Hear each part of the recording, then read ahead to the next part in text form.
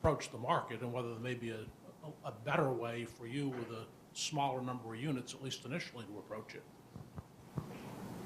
Well, I did some research online, and I from Michelle Fisher, and she said that Target actually like lots of publicity. They were big on publicity to get shelving space on their for they give free shelving space with lots of publicity.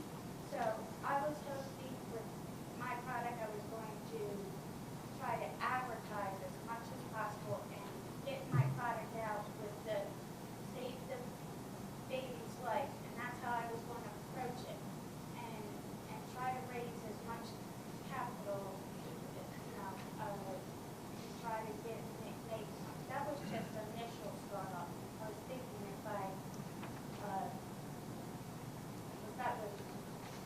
could raise one, that I could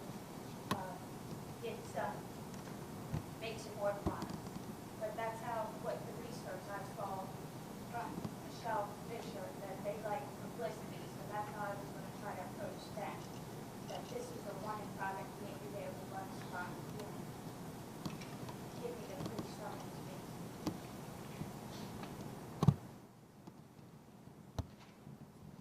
space. The only question I had was kind of a product design question. The switches. I mean, I understand the the concept and the the need that you're trying to fill with the product. Why have a switch to turn it off?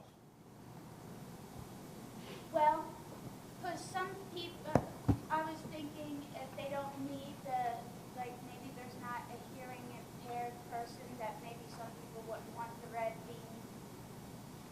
That was my concept in that. That maybe they wouldn't want the red beam, or vice versa. Maybe the hearing impaired person doesn't need the talking device. So that's why, that was the reason why I gave an on and off switch. Maybe it's a hearing impaired person, they don't need to talk. I have just one question also. I'm a grandparent. I have a 3-year-old grandson, and I would do anything to keep him safe. I have a car seat, so it's much easier, so my daughter and I don't have to switch, and I can kidnap him anytime I want to. I think there's an area there for grandparents today that are baby boomers that will spend that extra money and do anything for their grandchild, that's an area that you would want to target also.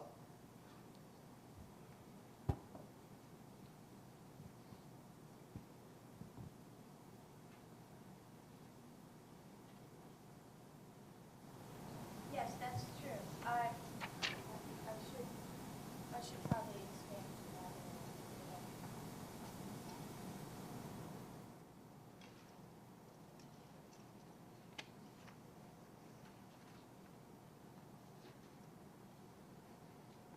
One other question I had was on your pricing. You talk about selling this for $190 a car seat. And you have in here that Jupiter Industries is going to charge you $100 to $120 to make the car seat. But then you state that the profit that will be earned after each sale is $128. So I'm having a hard time understanding if you sell it for $190 and it costs you $100 to $120 just to get it made, and then you have other expenses in your organization, how you could make $128 on each sale. So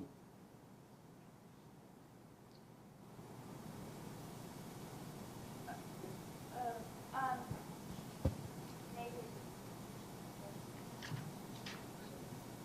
Well, maybe I'll have to look that into. That might. I'll have to see. It's probably what. Let me see. I probably have. I'll go back. I have 100.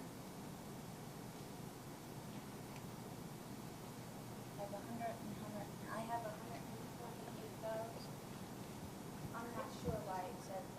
it may be that that's a mistake on in the business plan. It may not be $128. That may not really be the number you're using. I'm not sure why that's it.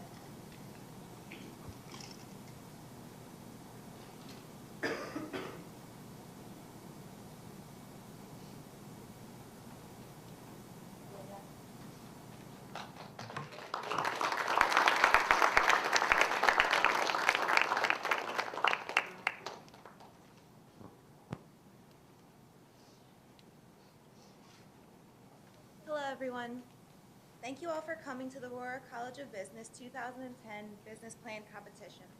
My name is Lauren Zukowitz and one of the semifinalists of this year's competition.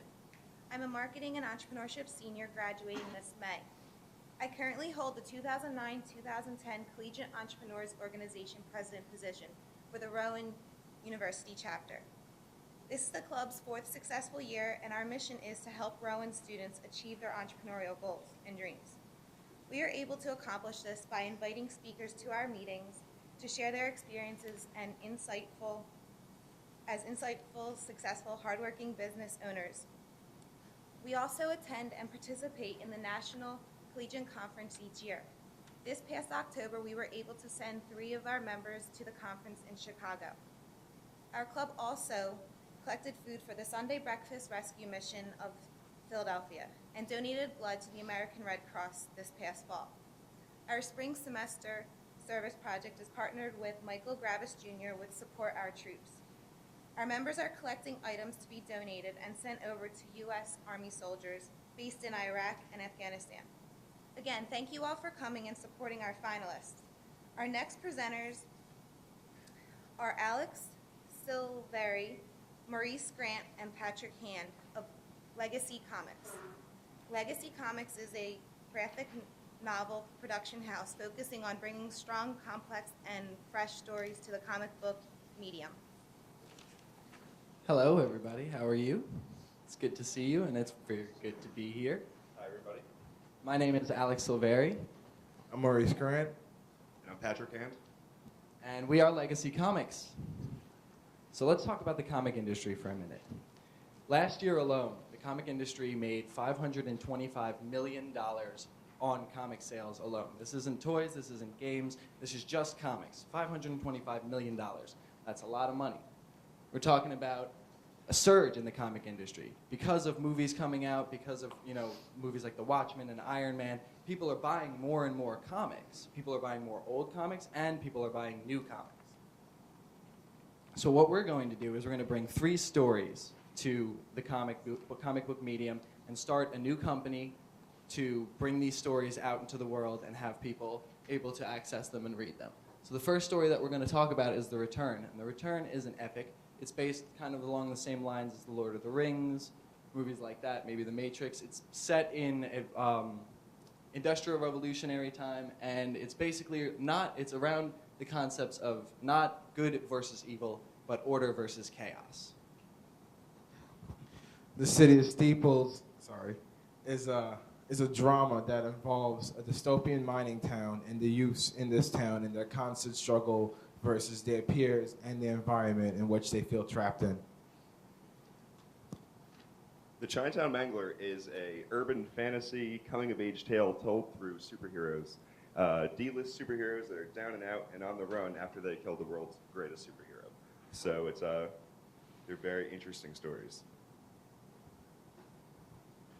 Legacy is going for a new perspective for a generation that Marvel and DC cannot match, since they are much more traditional-based comic book publishers with superheroes and tights and capes, while Legacy is trying to bring something different. Marvel and DC do hold the largest market share in the comic book industry, roughly about 80% control of the market between the 2 companies. So Legacy will directly be competing against independent companies such as Dark Horse, Image, IDW, and Dynamite. The advantage that we have directly over our competition in the independent market is that companies like Dynamite and IDW are known for putting out stories of already told licensed characters such as the Lone Ranger and Buffy the Vampire Slayer, and stories along that fold, while Legacy is supporting itself completely on new and original stories. In New Jersey, the primary market for us is 18 through 29-year-old males. A secondary market is 14 through 17-year-old males. New Jersey is a very nurturing environment for new comics. There's a sense of Jersey pride when it comes to our homegrown work. New Jersey, through putting our comics in several different comic stores and sending them out there, we hope to gain a very loyal fan base. And in these first 3 years that our company will be in existence, New Jersey will hopefully provide the strong fan base that we desire. So for our market strategy, one of the most important things before we even come out with a single comic book, before we even let an issue fall into stores, is to let people know that we're coming, that we're making these comics, and that these comics are going to be exciting and people are going to want to read them. So what we're going to do for this is we're going to have ad space in previews magazines such as Diamond Distributors, which is the only distributor of comics right now. They are the only ones that send the comics out to comic shops. In order to get your comics published and printed and put in stores, you got to go through Diamond. And you can put ad space in there, and they love that. And the flyers, we're going to give out flyers. One of the big things about comics is that when you go up to the shop, when you go to pay for your comics, they have flyers of all different comics, some small companies, some big companies. And we are going to put our flyers in local shops that we've already talked to. We already have friends in these shops. We've been going there forever. And they agreed to put our flyers in and then to hold our comics originally, so we don't have to go through Diamond to sell our comics in New Jersey. We're going to do online ads. We're going to put ads on other websites, on game trailers, on movie sites, and on other comic book sites. And our website is going to be pretty much the most important part of the entire pre-production campaign that we're going to be running. And Maurice will tell you a little bit about that in a minute. And one of the things that we're going to do with all of this is viral marketing. Viral marketing is very effective, and it's a very new technique that people used for The Dark Knight, which brought in millions of dollars. They've used it for Avatar, and we're going to use it for us. We're going to make small YouTube videos, quick cut shots, and we're going to bring people small stories, get them ready for our world, get them used to what we're trying to bring to them, and get them involved in the legacy idea. This is our management team. I guess I'll start it off. I am in charge of the music and the web departments for Legacy. I'd like to talk about the website first. Our website is very crucial to the success of our company for what it brings to us and pre-release date fan base.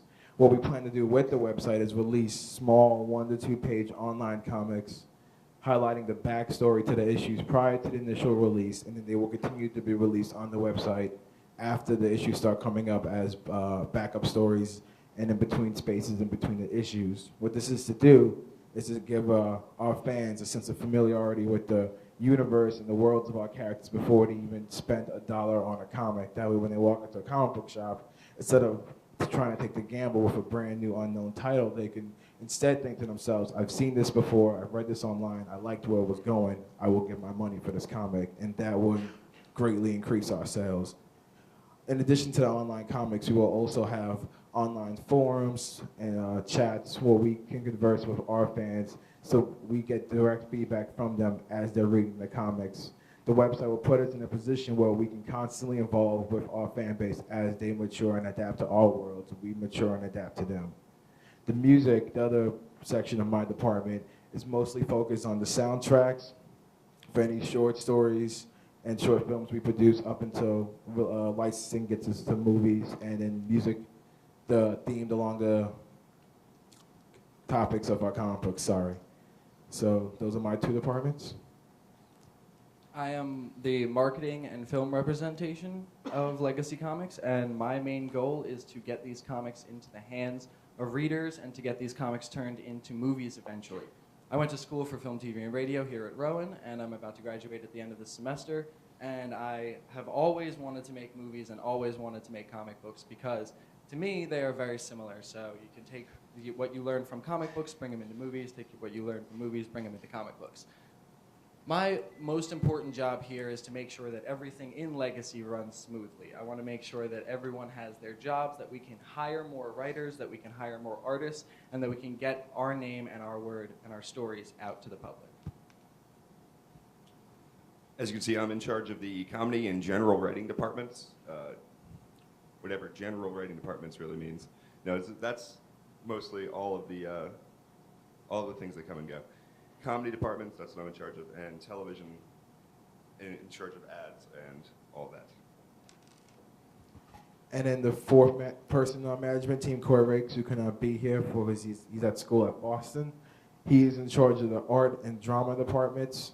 He is the primary writer on the City of Steeples, hence him being in charge of the drama, and he has many of the connections with our initial artists, whose art you've been seeing throughout this PowerPoint.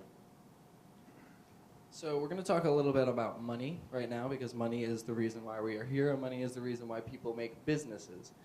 For us, our most important goal for the first 3 years is not necessarily to make money, though.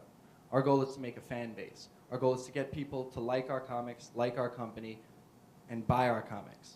In order to do that, we're going to need to start relatively small. Comics are cheap to produce. They cost about $1.40 an issue to print.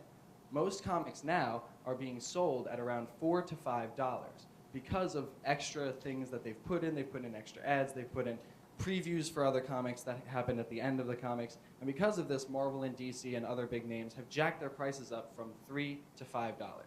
One of the benefits of us is that all of our extra content is going to be online for free for anyone to access. So if you haven't bought the comics, you can read them. If you have bought the comics, you can read them for free.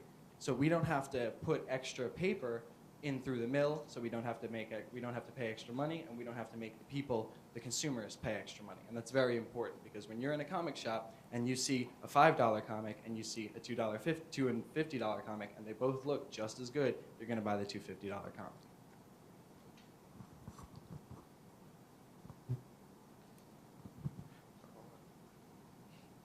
And then the second phase of our company, after the 3-year period where we have generated a fan base, this increase in our fan base will greatly increase also our licensing potential for movies, television, short films, and other things that we will continue to do.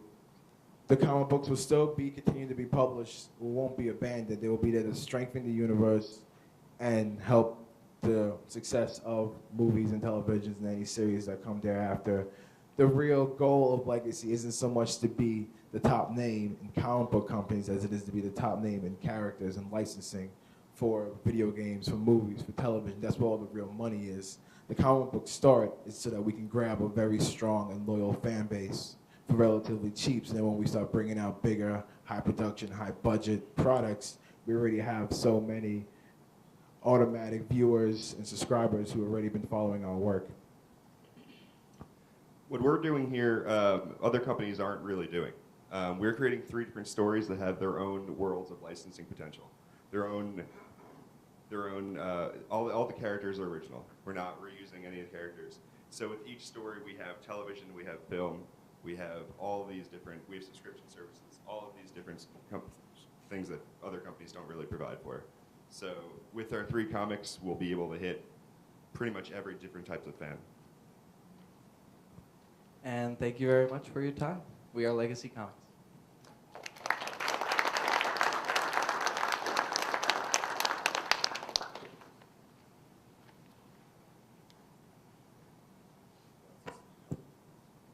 Well,